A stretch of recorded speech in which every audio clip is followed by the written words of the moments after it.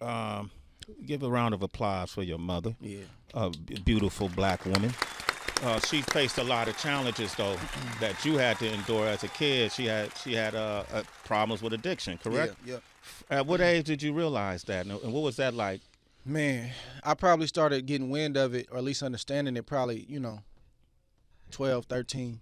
Okay. You start realizing, your family can only cover stuff up for so long, and my mother, I would hear about it earlier than that, but I didn't really get it. I started getting it around 12 or 13, and I just realized that she was absent. And I realized, that I had that longing, A lot of, black males, they don't have their father. My situation was reversed. I didn't have my mother. And I would see my friends, have their mother and their father. And it wasn't resentment, but it was just a longing like, man, I want to be able to, I love my dad, but man, I want my mom too. And, I knew that she was in San Francisco. I'm in the East Bay. Yeah. And she was in, Hunters Point and Fillmore, and that's where those were her stomping grounds. I just knew she wasn't present, bro. And then she would show up, for 2 or 3 days, and really she was just sleeping the dope off and trying to get herself together. And then I knew eventually she was gonna be gone. So I always had that knot in my stomach, that feeling of when is she leaving? When is she leaving? When is she leaving? And I knew she was leaving because her and my father would always get in a fight because she would eventually ask for money, and my dad would blow up and get mad, and they would go at it. And that was my childhood for many, many years.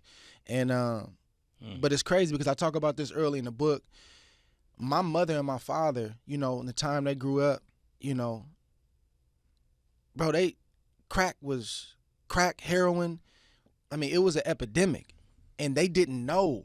Like, we know what that stuff can do to you now. Yeah. And unfortunately, people still mess with it. They didn't know. They just trying to get high, have a good time, and escape.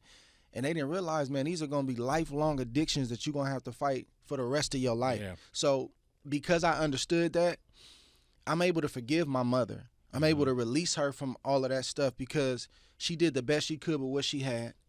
And, man, that woman is still standing today. Yeah, Man, come on, man. bless her. Come on, man. Say her name, man. Madeline.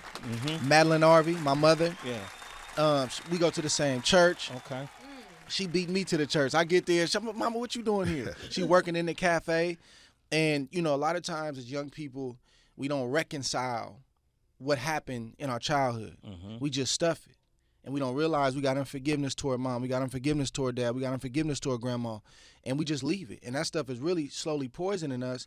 And it's causing us to not have the relationship we should have with those individuals while they're alive. And then we have regret when they pass. By the grace of God, man, I can't let that happen. My father died abruptly in 2002. My mother's still here. I'm going to honor my mother, love my mother, forgive my mother, and keep doing life with my mother for as long as she here. Andre Ward here, man. We talking about his new book, Killing the Image, A Champion's Journey of Faith, Fighting, and Forgiveness. It's available everywhere books are sold.